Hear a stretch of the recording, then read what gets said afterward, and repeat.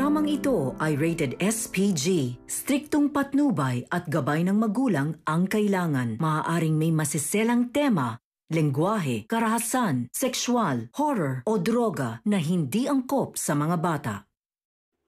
Giselle, malaking problema ang kakaharapin. Tinanggal ni Morgana bilang CEO ng Apex. Papayag ba si Giselle o tuluyan ng mananalo ang kampo ni Morgana? Magandang araw at eto na nga tayo sa ating pinakaabangang tagpo sa Abot Kamay na Pangarap. Welcome to my channel. Please don't forget to like, comment, and click the bell button para lagi kayong updated sa aking mga videos. Samantala, nahuli si Giselle sa ginawa niyang pagsabotahe kay Morgana. Hindi na nakapalagpas si Giselle sa ebidensyang ipinakita ni Madam Chantal na siya ang may gawa at naglagay ng chronic pain na gamot sa inumin ni Morgana.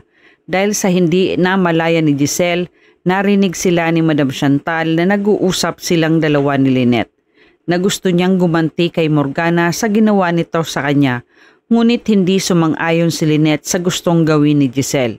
Wala silang ebidensya na si Morgana nga ang gumawa nito sa kanya. Pero hindi nagpapigil si Giselle para gawin ang binabalak niya. Habang si Madam Chantal at Olga sa di kaalayuan, agad sinabihan ni Madam Chantal si Olga na bantayan si Giselle dahil nakakasiguro siya na may gagawin si Giselle kay Morgana. Kaya habang nilalagyan ni Giselle ng gamot ang inumin ni Morgana, wala siyang kaalam-alam na kinuhanan siya ng video ni Olga. At para nga patunayan ito ni Madam Chantal, inilabas niya ang video at ipinakita niya sa lahat ng tao sa Apex, na ikinagulat naman ni Annalyn, Lynette, Robert at Doc Ray. Galit na galit si Zoe sa ginawa ni Giselle kay Morgana, kaya sinabihan niya ito na, "Hindi ka makapagsalita? Huli ka kasi, bistado ka na. Anong feeling ng gisahin sa sarili mong mantika?" Hindi makasagot si Giselle kay Zoe kaya pinigilan ni Robert si Zoe na tumigil na siya at bigyan niya ng respeto ang tita Giselle niya. Pero hindi nagpapigil si Zoe, patuloy niyang pinagsabihan ng masasakit na salita ang tita Giselle niya. At walang nagawa si Giselle kundi aminin ang ginawa niya sa harapan ng maraming tao. Nagpaliwanag si Giselle kung bakit niya nagawa yon ay para gantihan niya si Morgana sa ginawa nito kay Lynette. Ngunit walang maipakitang ebidensya si Giselle na magpapatunay na si Morgana ang gumawa nito kay Lynette. Galit na sinabihan ni Madam Chantal si Giselle na kung wala kang maipakitang ebidensya at mga haka-haka lang ang mga hinala mo, matatalo kita sa korte. Hawak ko ang ebidensya mo na magpapatunay na ikaw ang gumawa para isabotahe si Morgana. Kaya natigilan ang lahat pati si Giselle dahil sa malaking problema niyang kakaharapin. Samantala, kinausap ni Lynette si Giselle tungkol sa ginawa niyang pagsabotahe kay Morgana. Nagsabi si Lynette kay Giselle kung bakit niya yun nagawa. Dapat ay hindi niyo na lang po itinuloy ang balak niyo, Ma'am Giselle, dahil wala tayong sapat na katibayan na si Morgana nga ang dahilan kung bakit ako nadulas. At ngayon malaking problema ang kakaharapin mo dahil may ebidensya silang hawak laban sa'yo. Nalulungkot si Lynette sa nangyari kay Giselle dahil ikinapahamak pa niya ang ginawa niyang pagganti kay Morgana. At nag-aalala si Lynette para kay Giselle dahil alam niya na hindi papayag si Morgana na hindi makaganti kay Giselle sa ginawa nila sa kanya. At ganun din ang naiisip ni Giselle. Walang magawa si Giselle kundi ang harapin si Morgana at aminin ang ginawa niya. At handa niyang harapin si Morgana para humingi siya ng tawad sa nagawa niya. Maiyak-iyak naman si Lynette sa nangyari para kay Giselle. Samantala, kausap ni Madam Chantal si Olga habang pinapakita nito ang video ni Giselle na nakuhanan niya. Nakaisip ng paraan si Olga para mas lalong madiin si Giselle sa ginawa niya kay Morgana dahil pwede nila itong gamitin laban kay Giselle at tuluyan na siyang masira sa Apex. Natuwa si Madam Chantal sa sinabi ni Olga kaya agad niyang pinuntahan si Morgana sa kwarto para sabihin ang plano nila kung papaano nila gagawin natanggalin si Giselle sa Apex. Sa kwarto ni Morgana, sinabi ni Madam Chantal kung sino ang totoong salaring sumabotahe sa kanya. dahil may ebidensya sila na hawak. Ipinakita ito ni Madam Chantal kay Morgana, kaya galit na galit si Morgana nang malaman niya at mapanood ang video. Nagsabi si Morgana na hindi niya mapapatawad si Giselle sa ginawa sa kanya. Gagawin niya ang lahat para makaganti siya kay Giselle at ito ang pagkakataon niyang gagawin nila ang plano nila. Napapangiti naman si Morgana dahil sila na mismo ang gumagawa ng dahilan para unti-unti nilang magawa ang mga plano nila na makuha ang Apex. Ikinatuwa din ni Madam Chantal ang nangyari dahil naisahan nila si Giselle at ito ang gagamitin nila para tuluyan ang mawala ito sa Apex. Nagsabi si Madam Chantal kay Morgana na hayaan na natin si Giselle na ang maghukay ng libingan natin.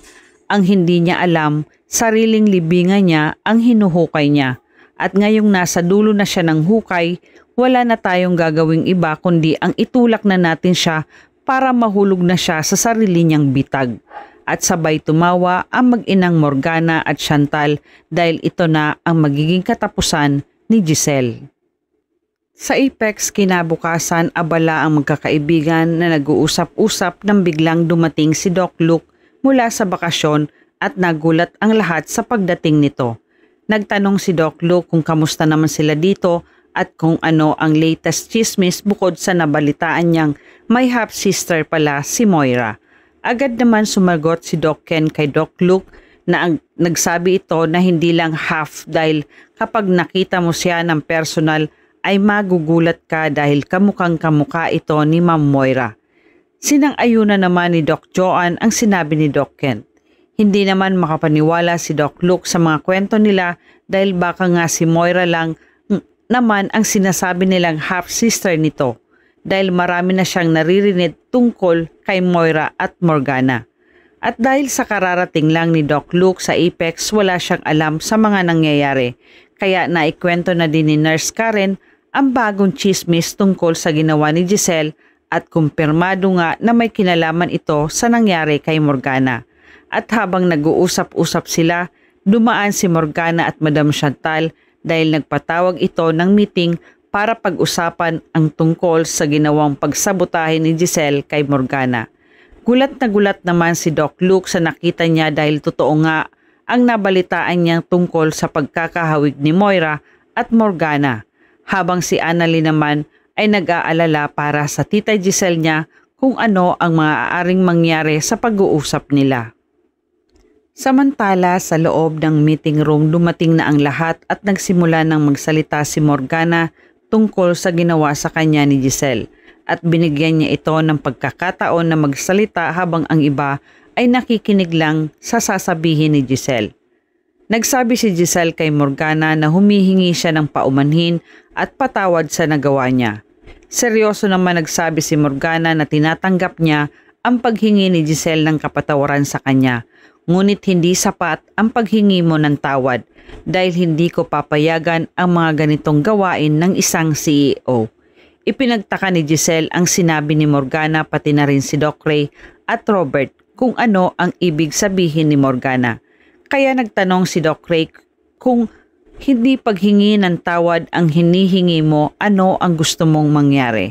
Galit na naging seryoso ang mukha ni Morgana at sinabi niya na gusto kong tanggalin si Giselle Tanyag bilang CEO ng Apex.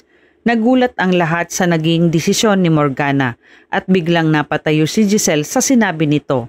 Galit din na nagsabi si Giselle kay Morgana na hindi siya makakapayag na tanggalin siya nito basta-basta na lang dahil may karapatan siya sa Apex. Hindi rin nagustuhan ni Robert ang sinabi ni Morgana sa ate Giselle niya. Tuluyan na kayang matagtagumpay si Morgana sa plano na tanggalin niya si Giselle bilang CEO ng Apex? At yan ang ating pakaabangan dito lang sa Abot Kamay na Pangarap. Huwag bibitiw at huwag kalimutan mag-subscribe. Maraming salamat po and God bless.